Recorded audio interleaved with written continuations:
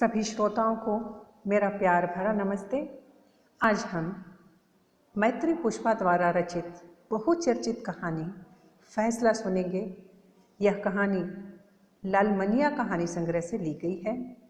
इस कहानी को पत्र शैली में लिखा गया है। कहानी की नायिका वसुमती अपने माँ साहब को पत्र लिखती है और उस पत्र से ही कहानी का प्रारंभ होता है। और दोस्तों, अगर आपने अब तक चैनल को सब्सक्राइब नहीं किया है तो जल्दी से कीजिए और वीडियो को लाइक और शेयर करना न भूलें। चलिए हम कहानी सुनते हैं। वसुमती लिखती हैं, आदरणीय माँ साहब, सादर प्रणाम। शायद आपने सुन लिया हो, न सुना हो तो सुन लेंगे। मेरा पत्र तो आज से 3 दिन बाद मिल जाएगा आपको। चुनाव परिणाम घोषित हो गया है। न जाने कैसे घटित हो गया ऐसा। आज भी ठीक उसी दिन की तरह चकित रह गई मैं, जैसे जब रह गई थी अपनी जीत के दिन। कभी सोचा न था कि मैं प्रधान पद के लिए चुनी जा सकती हूँ। कैसे मिल गए इतने वोट? गांव में पार्टीबंदी थी, विरोध था। फिर बाद में कारण समझ में आ गया था, जब मैं सारी औरतों को एक साथ एक ही भाव से आह्लादित देखा। उमंगों तरंगों का भीतरी आलोड़न चेहरे पर झलक रहा था। ब्लॉक प्रमुख की पत्नी होने के नाते घर घर जाकर अपनी बहनों का धन्यवाद करना जब संभव न हो सकता तो मैं पथनवारे में जा पहुंची थी। आप जानते तो हैं कि हर गांव में पथनवारा एक तरह से महिला बैठकी का सुरक्षित स्थान होता है।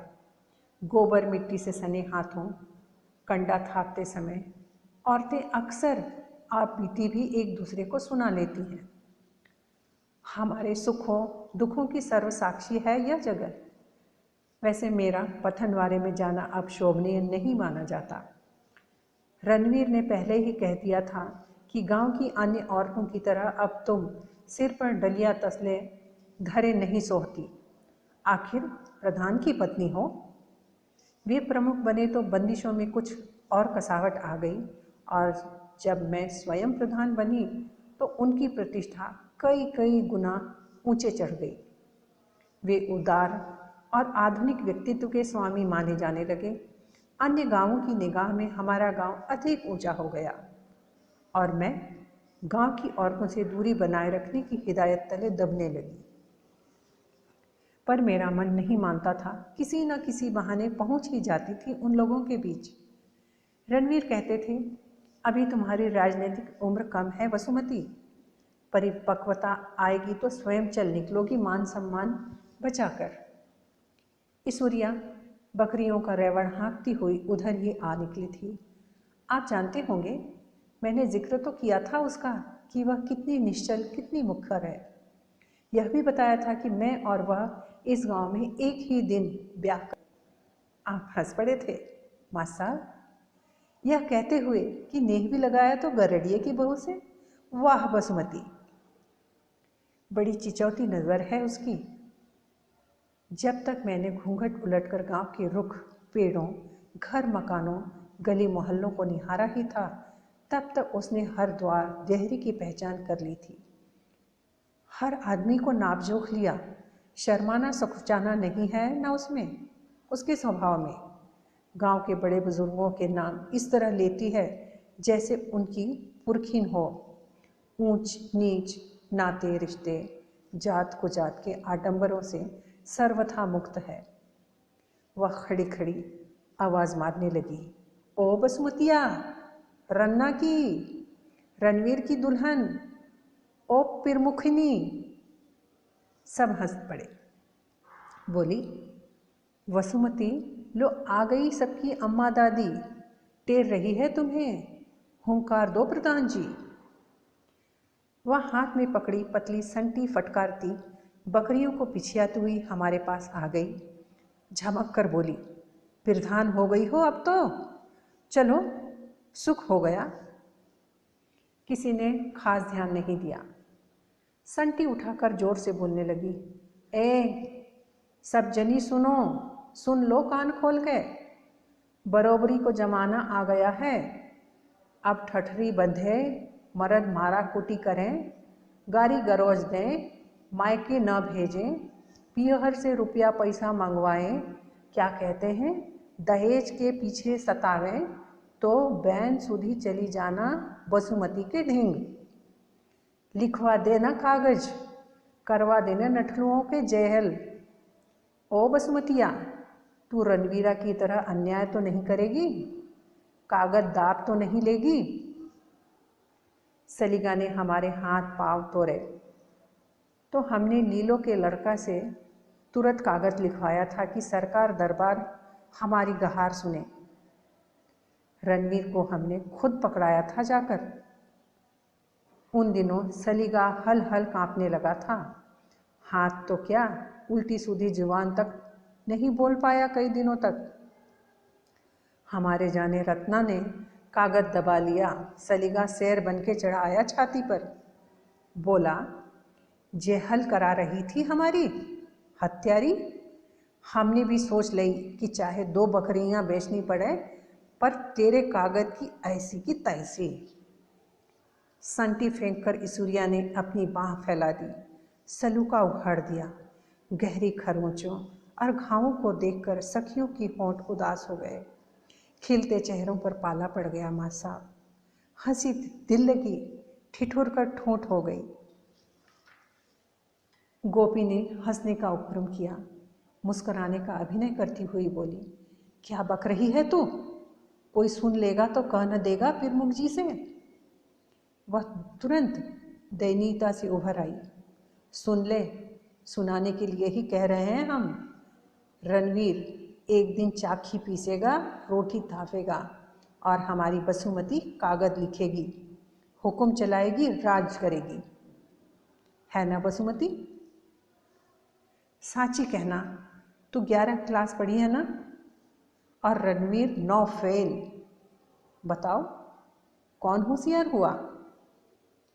अब दिन गए कि जनी गूंगी बहरी छिछरिया बकरिया की नाई हाँकती रहे। बरोबरी का जमाना ठहरा, प्रधान बन गई है बसुमती।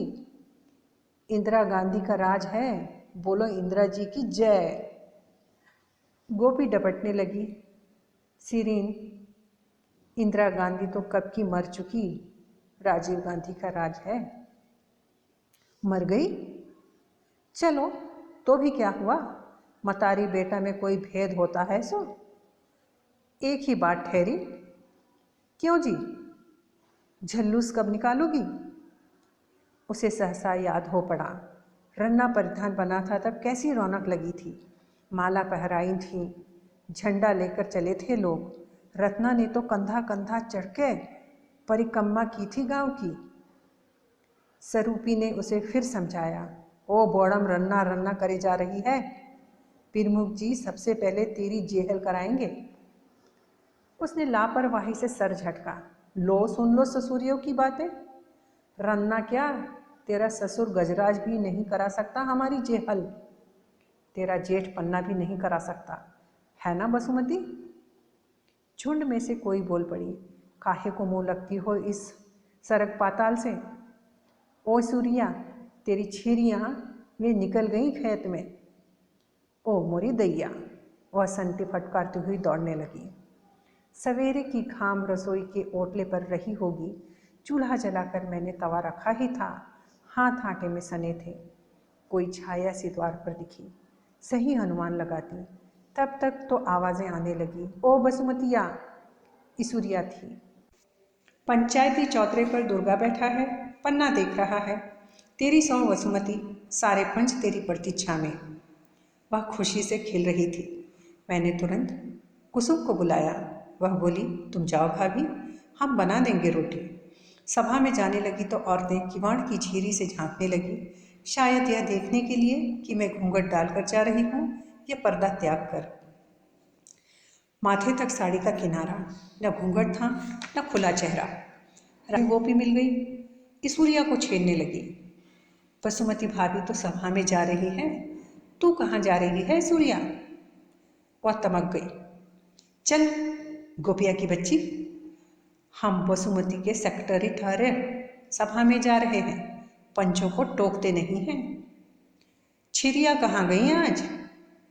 छिरियाँ चराने सलीका चला गया, जान गया अब कि मर्द और औरत बरोबर हो गए। बेटा चल छिरिया चुगाने। हम चबूतरे के समीप पहुंचने ही वाले थे कि रणवीर आते दिखाई दिए। वे लापकते कदमों से हमारे पास आकर रुके। मुख पर आश्चर्य की रेखाएं थीं और नाक तथा होंठ कठोर मुद्रा में अकड़े हुए। बोले, कहाँ? उत्तर ईश्वरिया ने दिया, प्रमुख जी, हम पंचायत में जा रहे हैं, अगाई छोड़ो, रास्ता दो। उसके कहे वाक्यों को सुनकर वे मुझसे मुखातिब हुए, घर चलो तुम। ईश्वरिया मुंह बाए खड़ी रह गई। कुछ ही क्षणों में संभल कर बोली, टोका टाकी न करो प्रमुख जी, चलने दो हमें। रणवीर की त्योरियां झुलस आईं। सुन नहीं रही हो बसुमती तुम? उनकी आग्नेय दृष्टि मेरे पांवों को जलाने लगी। उमंग गतिहीन हो गई। ईश्वरिया अड़ी खड़ी थी। उसकी ओर मैंने समझदार संकेत किया कि लौट चलने में ही मंगल है। उसने मुझे विचित्र भाव से घूरा और विवश भाव से मेरे पीछे पीछे खींची चली आई। लौटकर मैं बर्तन समेटने लगी। कुसुमा के अनकहे प्रश्नों का उत्तर मेरे पास नहीं था। घुटन ज्यों की त्यों हरी हुई थी सीने में। ईश्वरिया आंगन में बैठी बड़बड़ा रही थी, लो हद हो गई कि नहीं? हौदा पर तो बसुमती और राज करे रणवीर। अरे अपनी पिरमुखी संभारे, पिरधानी से अब इन्हें क्या मतलब? कुसुमा से नहीं रहा गया। मतलब कैसे नहीं है? राम किशुन कुम्हार से रुपया वसूल करने हैं। बनी सिंह को वचन दे रखा होगा। भाभी जाती तो क्या मालूम उल्टा हो जाता फैसला। बेचारे राम किशुन ने छान छप्पर के कारण अपना बैल बेच डाला था कि बिन छत के कैसे रहे चौड़ में। बनी सिंह राक्षस पहले तो बैल खरीद ले गया और खलिहान उठाते ही आ गया लौटाने। कहता है यह मर्धिल्ला बैल उसे नहीं चाहिए, लौटाओ रुपया। अब कहाँ से आवे रुपया? छान बेच दे क्या? छान बिकती है क्या? कौन करे न्याय? रणवीर तो गरीब को ही मारेंगे, तुम चली जाती तो बच जाता कुम्हार का। ईश्वरिया भरी कदमों से लौट गई अपने घर। मासा मेरी आत्मा में किरचें चूभती रह गई। लौटकर रणवीर ने खूब समझाया था, पंचायती चबूतरे पर बैठती तुम शोभा देती हो, लाज लिहाज मत उतारो, कुल परंपरा का ख्याल भी नहीं रहा तुम्हें। औरत की गरिमा आड़ मर्यादा से ही है। फिर तुम क्या जानो गांव में कैसे कैसे धुर्त हैं। उस दिन के बाद पंचायती चबूतरे से प्रधान की टेर निरंतर उठती रही। लोग जानते थे कि रणवीर इस बात को पसंद नहीं करते, फिर भी बुलाने चले आते। मैं ही पस्त हिम्मत थी या कि पति की प्रतिच्छाया मेरे भीतर निवास करती थी। देहरी उलांगते ही कोई बरजने लगता, हम हैं तो सही, अब तक भी तो करते रहे हैं, तुम्हें क्या ज़रूरत है बाहर जाने की? उत्तर में मन उफनता, आक्रोश के सवाल की सीमा तक होंठ खोलते, मगर पत्नी होने के नाते सब कुछ सिराने लगता। दूध के झाग सा बैठ जाता विरोध। माँ साहब, मैंने कितने दिनों तक सोचा था कि दस्तखत नहीं करूँगी, करने दो मनमानी। रणवीर रजिस्टर ले चारपाई पर बैठे थे। मैं कामों में उलझी थी। सवेरे का समय, वैसे भी खाने पीने से लेकर दूध घी की सार संभाल में निकल जाता है। ऊपर से मईदारों का कलेऊ पानी। वे आवाज़ दे चुके थे शायद कई बार, सुनो मैं लिखत पढ़त कब का निपटा चुका हूँ, तुम्हें दस्तखत करने का समय नहीं। मैं पहुँची। वे झल्ला उठे, कब तक बैठा रहूँ, ब्लॉक पहुँचना है मुझे। 1 हफ्ते से घुमा रही हो। धोती के पल्ले से हाथ पोंछती पहुंच गई मैं। उनके निकट जा खड़ी हुई। लो करो दस्तखत। उन्होंने खुला पेन पकड़ा दिया। तुम सोच क्या रही हो? अभी तक तो 20 बार कर चुकी होती। मैंने खुला पेन बंद कर दिया। आंखों में सवाल का जंगल उगाया। भटकती रही मैं। क्या रणवीर उबार नहीं सकते मुझे? आसपास के नुकीले कांटे यूं ही छेदते रहेंगे। रणवीर इसी तरह चले होंगे अपने प्रधान काल में, या किसी दूसरी तरह? पूछना तो चाहिए ना। शायद कोई मार। रणवीर। वे मुख खोले देखते रहे। मजदूर आए थे मेरे पास।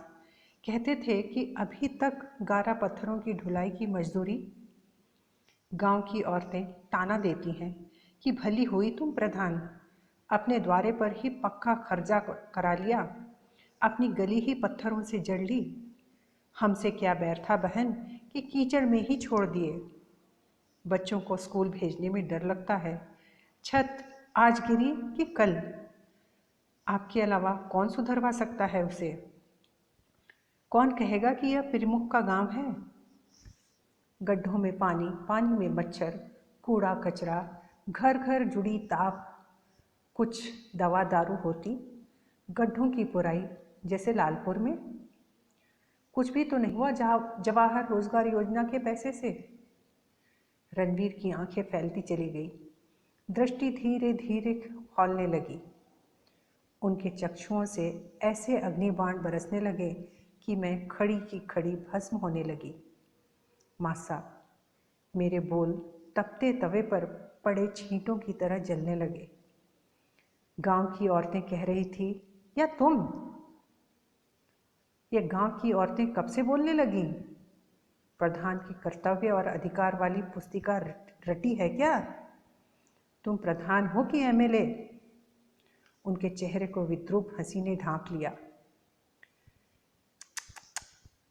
हमसे तो कभी किसी ने कुछ नहीं पूछा और तुमसे इतने ढेर सवाल। रणवीर की भाषा बड़ी तीक्ष्ण थी। हाथों से चुपचाप लिख दिया, वसुमती देवी। दस्तखत। इस रुपए को जिस दिन हस्ताक्षर करके लाई थी, उन दिनों स्वर्ग के सपनों में विचरा करती थी। चमचमाते स्कूल और पक्की गलियों की चाह थी मन में। वर्षा के रौ में ढहे झोंपड़ों को संवार देने की आकांक्षा थी। हाथ पर हाथ धरे बैठे बेरोजगारों के घर दुर्दिनों में चूल्हा जलाने की बात सोची थी। बीमारों के दर्द को हरने के लिए कुछ दवा गोली की साथ थी। वसुमती देवी, इन 6 अक्षरों ने सपनों के घरौंदे को कण कण आहत कर डाला। एक वृद्धा ने किवाड़ खटखटाया। ओ बेटा वसुमती! पानी का घड़ा घड़ौची पर रखती, तब तक रणवीर का छोटा भाई देववीर जा पहुंचा द्वार पर। क्या है दादी? बेटा, तनक अपनी भौजाई को भेज। पंचायत के लिए बुलाने आई हो क्या? और काहे को लिवा जाएंगे भैया? दादी, जाओ यहाँ से। भैया घर पर नहीं है, भाभी नहीं जा सकेगी। काहे नहीं जा सकेगी? प्रधान नहीं है क्या वह? पंचायत में तो जाना ही पड़ेगा भैया। तुम लड़ाई करवाओगी हमारे घर में? लड़ाई की क्या बात ठहरी बेटा? ये तो पहले ही सोचनी थी तुम्हें। मैं पौर में आ चुकी थी। बूढ़ी अम्मा ने देख लिया। वे पाँवों में गिर पड़ी। बेटी वसुमती, लाचारी तो समझ हमारी, फिर हमारे जमाई को छुट्टी नहीं मिलेगी। लांग की नौकरी ठहरी। हमारी बेटी का न्याय फैसला करवा बहू। मैं खड़ी खड़ी सुनती रही। बेटी, लड़की का दर्द देखा नहीं जाता अब। बाप राक्षस है, चैन से जीना नहीं बदा हमारे भाग में। कहते कहते वृद्धा के कोए भीगने लगे। धार बह उठी छुरियों भरे मुख पर। क्या करती? कोई चारा न था। सांत्वना थी मेरे पास, सो देती रही। न्याय मिलेगा अम्मा, भरोसा रखो। पंच अन्याय थोड़ा ही करेंगे। उस समय न जाने कैसे निर्णय ले डाला कि ठिठके कदम अम्मा के संग चल पड़े। देववीर रोकता रह गया। फैसला करवाकर आई तो अपूर्व तोष में भीगी हुई थी। अनाम आर्द्रता और प्रेमिल निष्ठा के साथ लिया निर्णय। पवित्र मंदिर सा लगा था पंचायत वाला चबूतरा, जिस पर बैठकर रुके हुए सड़े जल को जैसे काटकर बहा दिया हो मैंने। संपूर्ण गंदगी रीता हो गई अपने हाथों से। अब मानो नई वाटिका का बीजारोपण होगा वहाँ। रणवीर ने उस रात धीमे से घर में प्रवेश किया। उनका गंभीर चेहरा दहला देने की हद तक विध्वंसात्मक हो उठा। मेरे कलेजे को जैसे कोई खुरों से खोदने लगा। सनसनाती निस्तब्ध रात में उनका स्वर धीमे से ही बहा, लेकिन भीतर घुला जहर मुझे आपाद मस्तक नहलाता चला गया। कहने लगे, कचहरी करने का इतना शौक था तो बाप से कहकर वकालत पढ़ ली होती। बार बार मना करने पर भी मुझसे जवाब नहीं बना उनके कहे वाक्य का। यह रोज रोज की नौटंकी, रात दिन नाटकबाजी, बताओ कब बंद करोगी? रणवीर ने घर के शून्य में विस्फोट किया। डर के कारण घिघी बनने लगी। लगा कि पूरी देह में कंपन की लहरें उठ रही है। अनायास ही बोल पड़ी, मैं अपने आप नहीं गई थी, अम्मा और उनकी बेटी बुलाने आई थी। हरदई का दुख कौन नहीं जानता? सबसे ज़्यादा तो तुम जानती हो। हरदोई गिड़गिड़ा रही थी। कहती थी कि रणवीर भैया नहीं समझेंगे मेरी पीर। तुम औरत हो भाभी, मेरा दुख समझो, न्याय करो। पति की लान की नौकरी है, छुट्टी अब 2 साल बाद ही मिल पाएगी। पूरे 7 साल निकल गए इसी तरह। हमारे दादा तो सोचते हैं कि मुझे भेज दिया तो दामाद 1 पैसे का मनी ऑर्डर नहीं करेगा। ताले में बंद कर देते हैं मुझे, इनसे मिलने नहीं देते। अम्मा किसी तरह खोल दे तो पता चलते ही घर में हड़कंप, गंदी गंदी गालियाँ। 3 बार शहर जाकर ख़त्म कराया है पेट का बच्चा। तुमने देखे हैं भाभी ऐसे पिता? अब की बेर बचा लो, इनके संग भिजवा दो, तुम्हारा जस नहीं भूलूंगी भाभी, जन्म भर। हरदोई रो उठी थी। मैंने उसकी गुहार फिर भी नहीं सुनी। यही सोचती रही, काश तुमने फैसला कर दिया होता। वे आंख गाड़ कर बोले, कैसा फैसला? जैसा तुम करके आई हो। जंगल में रह रही है हरदई। बेटी आप घर कि बाप घर? वह मलटरिया कहाँ रखेगा उसे? कहीं भी। दोनों में प्रेम है तो क्या घर और क्या वन। वे झटके से उठ पड़े। तो मैं रोक रहा हूँ उसे? सारी थरथराहट के बावजूद न जाने कैसे शब्द होठों से झर पड़े। मैंने तो सुना है कि उसे हाकिमों के पास उनकी हवस पूरी करने को। अच्छा। उनकी जीभ लपेटा खाने लगी। तुमने यह नहीं सुना कि उसके नालायक भाई की नौकरी कैसे लगी? तुम्हें यह नहीं बताया कि उसका बाप सीमेंट की दलाली नीधड़क किस कृपा से कर रहा है, कि पक्का मकान कैसे उठा है, किस हेतु की हिमायत पर हो रहा है सारे काम। मेरा तो उसमें कोई लाभ नहीं। तुम तो सारी कथा जानते हो, फिर क्यों नहीं छुड़ाते उसे उसके बाप के फंदे से? तुमने तो छुड़ा दी। मेरे खिलाफ फैसला इस तरह छीछा ले दो। मेरा ऐसा इरादा कतई नहीं था। फिर उस दिन कैसा इरादा था जब राम सिंह को पुलिस पकड़ कर ले जा रही थी? क्यों भागी थी पुलिस वैन के पीछे पागलों की तरह होश खोकर? क्या कहते होंगे दरोगा जी? क्या सोचते होंगे लोग? यही कि प्रमुख की पत्नी का ऐसा कंजर तरीका। शर्म से गड़ न गया मैं। आगे ये नाटक रचे तो समझ लेना कि सुनो, राम सिंह दोषी नहीं था, निर्दोष को सजा। वे क्रोध से कांपने लगे। सुन ले और समझ ले अपनी औकात। मजबूरी से खड़ी करनी पड़ी तू। मैं दो दो पदवी नहीं रख सकता था एक साथ। सोचा था पत्नी से अधिक भरोसेमंद कौन होगा। उनके चेहरे पर भरोसेमंद शब्द कहते हुए जहरीली हंसी उतर आई जो मेरे कलेजे में धार करती चली गई। वह पूस की ठंडी रात थी, शिला की तरह जमा देने वाली शीत। मैं बाहर ही बैठी रही, ठिठुरन से मुख घुटनों में गाड़ लिया। हाथ पांव सुन्न होने लगे थे। मन बड़ा अस्थिर था। लगा कि इसी समय यह घर, यह गांव, यह धरती आसमान त्याग जाऊं, कहीं चली जाऊं। उसी धुंध में लगा कि परछाई निकट को सरकती चली आ रही है। पैछर पर चेहरा उठाकर देखा, रणवीर थे। वे समीप आ बैठे, सिर पर हाथ फेरते हुए मनुहार करने लगे। चलो भीतर, सो चलकर, ठंड बहुत है, कहाँ माना। धोती झाड़ती हुई मैं बुद्ध की तरह उठ बैठी, अकड़ी हुई सी। न विरोध करने की इच्छा हुई, न उलाहना देने की आत्मीयता जागी। अरागात्मक भावना के चलते अपने आप को ढकेलती रही भीतर। वे समझाते रहे, पति पत्नी में कोई अंतर होता है पगली, एक दूसरे के लिए ही जीते मरते हैं। गांव वालों को लेकर वृथा अपने मन में क्लेश पाल बैठी। हमसे जलते हैं सब, देखा नहीं जाता कि पति प्रमुख और पत्नी प्रधान। चाहते हैं कि तुम द्वार द्वार डोलो, लौंडे लपाड़े हंसी ठट्टा करें, लोगों को कहने का मौका मिले कि रणवीर की घरवाली पराए मर्दों के बीच। आपको याद होगा मासा, जिस दिन मैं प्रधान बनी थी उस दिन आपने एक छोटी सी चिट्ठी लिखी थी मेरे नाम। उसमें मेरे सुखद भविष्य की, मेरे पति पारायण होने की कामना की थी आपने।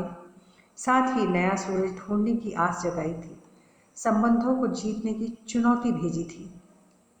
लिखा था, बसुमती, अपने आंगन में सत्य के खंभे गाड़कर ईमानदारी की छान डालो कि दीन, दलित, त्रस्त, अभिशप्त छां पा सके। यह कहाँ तक संभव हो पाता है आप भी जानते होंगे, लेकिन आपकी उस लिखावट ने मुझे विचलित अवश्य कर दिया। मैं भूल गई मासा कि पदवी प्राप्त आदमी छल बल और आतंक से जिस प्रजा का दमन करता है उससे मैं अलग नहीं हूँ। काश मैं ईश्वरिया होती, आड़ मर्यादा की दीवारों के बाहर मुक्त आकाश तले, कुलीन कही जाने वाली थोथी परंपराओं के भरम से परे। काश रणवीर के पास अभिजात्य की तुरुप चाल न होती तो पैरों को बीधता हुआ यह पिंजरा मैं साथ ही ले उड़ जाती। भोर होने लगी थी शायद। पंछियों की चिचियाहट सुनकर मैं उठ बैठी। यद्यपि देह में निद्रा और सुस्ती के लक्षण न थे, फिर भी मन मार निरस्तता के चलते रोम रोम अनमना था। चौका, चूल्हा, लीप पोत तो दिया था, कंडे सुलगा दिए। रणवीर को कुल्ला दातुन से पहले चाय पीने की आदत बन गई है। चाय डालकर कप प्लेट भीतर ले जा रही थी कि दरवाजे की ओर से आती चीख चिंगाड़ आंगन में मंडराने लगी। ओ रन्ना की दुल्हन, ओ बसमतिया, अरे बाहिर तो आ, व्यर्था है तेरी विद्या, खाक है तेरी पढ़ाई और खाक हो गई तेरी पिरखानी। यह कातर करुण स्वर, यह रोदन की लय में छटपटाती ईसुरिया, विलापात्मक करुणा सनी प्रकंपित आवाज। हाथ में थमा प्याला थरथराने लगा, न जाने क्या हो पड़ा। अरे जल्दी आ जा, बड़े पीपरा तरे कुआं में कूद के हरदेई ने पिरान तज दिए। मैं काठ हो गई, उल्टी तरफ भागने लगी रणवीर के कमरे की ओर। टांगें कांप रही थी, सांसों में अवरोध टकरा रहा था। विश्वास नहीं हो रहा था, पर भीतर ही भीतर कोई अदृश्य अस्पष्ट बसुला आत्मा को छीलने में लगा था। रणवीर बिस्तर पर नहीं थे। देह शिला से भी भारी होने लगी।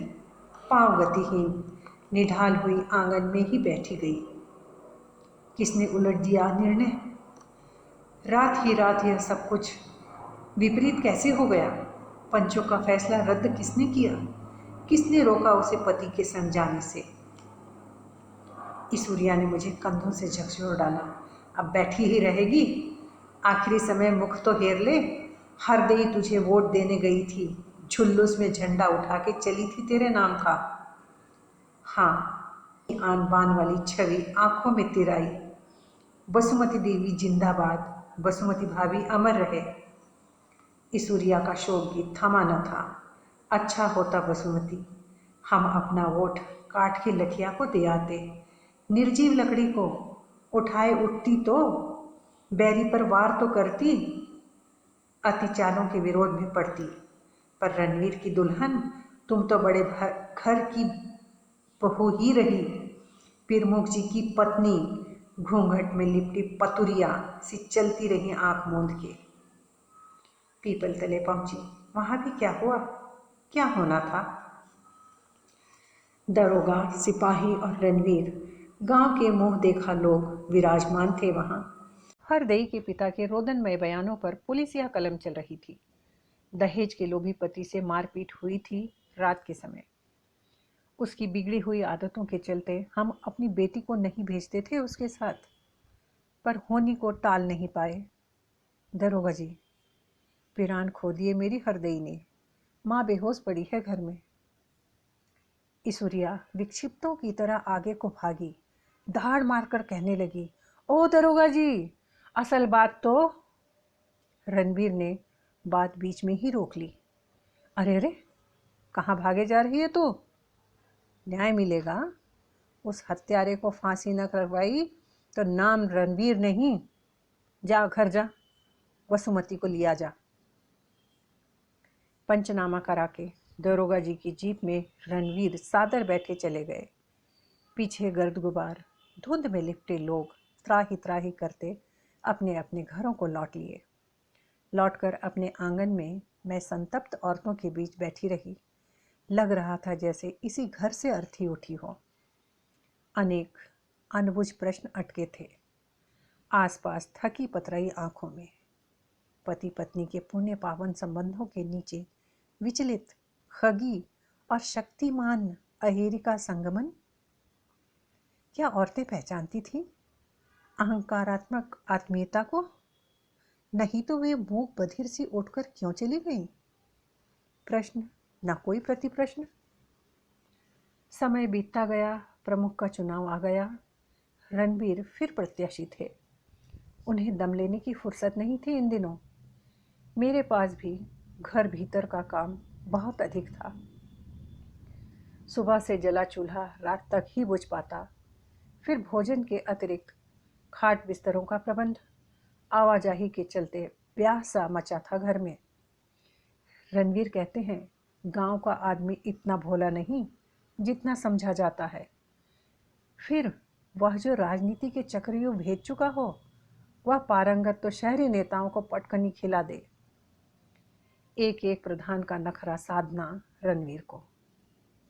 मेरे ख्याल से तहसील भर के प्रधानों ने हमारे घर आकर जुहार किया रणवीर को।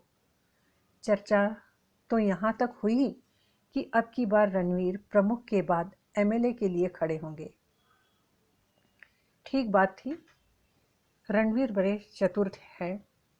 बोतल बीड़ी के निखालिस आधार पर नहीं टिकते। दुआ सलाम में तो कतई भरोसा नहीं है उनका। आफत विपद में काम आने वाले आदमी ठहरे। दरियापुर वाले इसीलिए उनसे बाहिरे नहीं हो सके। हालांकि विपक्ष में खड़ा प्रत्याशी उनका रिश्तेदार ठहरा। कारण था, उनको ग्राह के फंदे से भगवान की तरह छुड़ा लाए थे रणवीर। नहीं तो बहू ने तो स्पष्ट बयान दिए थे कि 20,000 नगद दहेज के कारण जलाया है मुझे। बाप बेटा फांसी के फंदे पर लटक गए होते या फिर आजन्म कारावास। रणवीर की कृपा से ही तुर्रेदार साफे का गुरूर बरकरार है। हवा इस तरह की चली कि 3 प्रत्याशी चुनाव के पहले ही घुटने टेक गए। मैदान में केवल एक बचा, वह भी लुहार का लड़का। नादान था शायद। रणवीर सुबह ही चले गए। घर का काम था कि सिमटने में ही नहीं आता था। बस किसी तरह पहुंच गई। वैसे न भी जाती तो भी क्या अंतर पड़ता। मैंने तो कहा था रणवीर से, वे नहीं माने। कहने लगे हंसेंगे कि प्रमुख जी की पत्नी प्रधान है और वोट देने नहीं आई। वोट डालकर लौट आई। रणवीर रात के समय लौटे। जीप की सर्चलाइट देखते ही रवि के लोग दरवाजे की ओर जुट गए। रणवीर सीधे बैठक में आ गए। वे बहुत थके हुए थे। माथे पर पसीने की बूंदें चुह चुहा रही थी। पानी लेकर पास जा पहुंची। वे चुप थे। लोग उन्हें अस्वस्थ देखकर इधर उधर हो गए। एकांत में माथे पर हाथ फेरा तो वे अधिक गंभीर हो उठे। चेहरा दयनीय हो आया। थोड़ी ही देर में वे रेत पे पड़ी मछली से तड़पने लगे। समझने को कुछ शेष नहीं था मां साहब। मैं पराजय पर सांत्वना देने लगी। धीरज रखो, कोशिश करना तुम्हारा काम था। हार जीत तो लगी रहती है। दिलासा तो दे रही थी, लेकिन मेरा मन भी रुंध खन गया। कभी उनके हाथ सहलाती, कभी पांव दबाती। भीतर से कुंडी बंद कर ली। मां साहब, ये लिखने की बात नहीं है। पति को धीरज देने का हर संभव प्रयत्न किया था मैंने। मन से मन और देह से देह मिलाकर ताप हरना चाह रही थी उनका। वे एकालाप में डूबे थे। वे कौल, वे करार, वह गंगा जली उठाकर सौगंध खाना, सब भ्रम था वसुमती कि धोखा। उन्हीं अंतरंग क्षणों में बाहर बतियाते देववीर का स्वर मेरे कानों पर हावी हो गया। अगर एक वोट होता तो भैया हारते नहीं, उस लुहरटा के बराबर आ जाते। एक वोट। विश्वास नहीं कर सकी मैं। सहसा मेरे भीतर सब कुछ डावाडोल होने लगा। ओ मेरे अग्नि देवता, ओ सप्तपदी दिलाने वाले महापंडित, ओ मेरे जननी जनक, ओ मां साहब आप, मेरे गुरुवर, आपने मुझे सुख दुख की सहभागिनी, अर्धांगिनी, सहचरी बनाकर रणवीर की पत्नी के रूप में विदा किया था। लेकिन मैं क्या करती? अपने भीतर की इसूरिया को नहीं मार सकी। क्षमा करना,